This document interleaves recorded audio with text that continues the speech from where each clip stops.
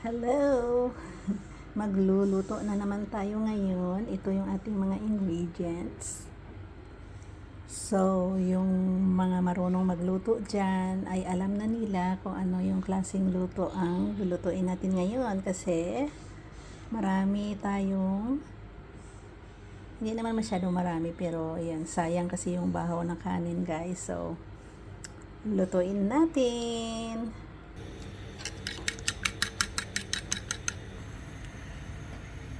Kanya-kanya tayong style sa pagluluto ng fried rice. So, ito yung aking style. Yung ibang eggs ay ginaganyan ko muna, ini-scramble. Tapos yung iba naman yan mamaya guys, yung half. Kasi 3 eggs yung ginamit ko. So, yung half ay didiretso ko na lang mamaya sa aking rice. So, ayan. Baliktarin natin ng konti ito guys. Ayan. Ayan, ready na ito. So, lagay muna natin dito sa plate. Tapos, isi-shred ko yan guys. Kanya-kanya nga tayong diskarte sa pagluluto. So, ganyan kasi yung style ko. Ayan, nahanan natin ng maraming garlic yan guys. Ipa-brown na natin. Ayan, medyo brown na ang ating garlic. So, ayan, lagay na lang natin yan.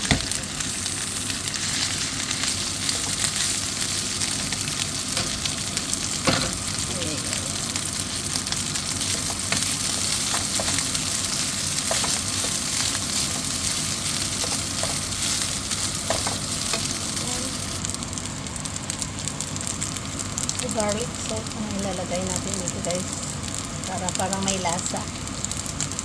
Ayan.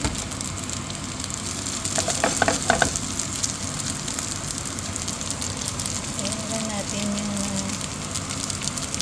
spicy parang spicy sausages. Ayan. Spicy yan siya. Unahin ko yan kasi yung aking sliced turkey ay mabilis lang yan.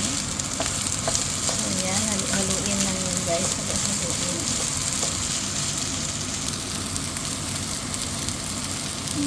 Ayan. Buhos na lang yun guys.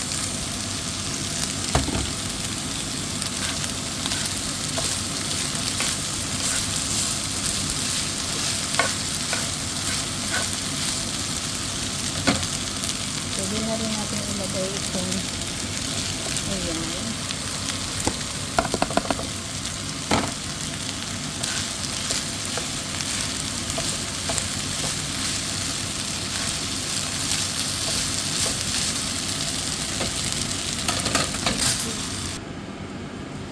So ito na yung eggs guys.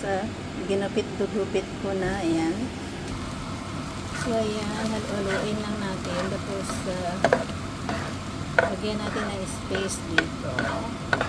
Konti.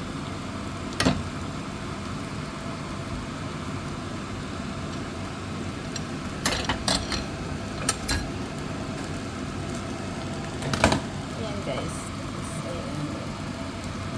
Buhos ko na lang yan sa gilid.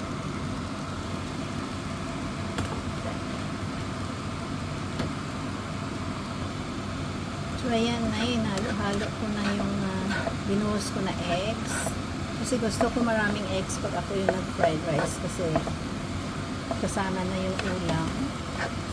Tapos halu-haluin lang. Pag medyo okay na mamaya na luto na, ang last ay buhos natin yung maraming eggs talaga.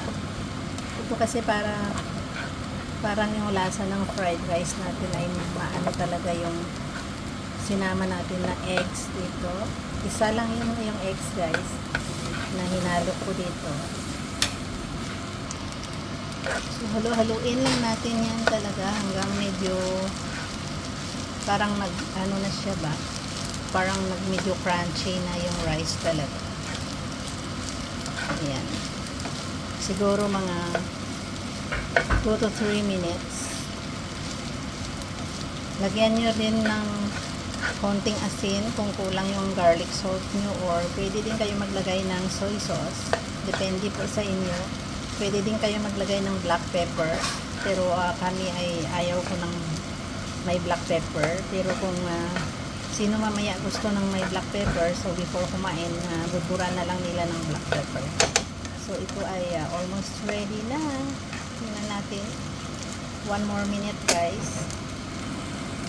Ayan guys, sinikman ko, so okay na yung ano niya, yung lasa, yung salt niya ay okay na, pero maanghang talaga kasi nga super spicy yung hotdog na ginamit ko. So ngayon, ilalagay ko na itong eggs.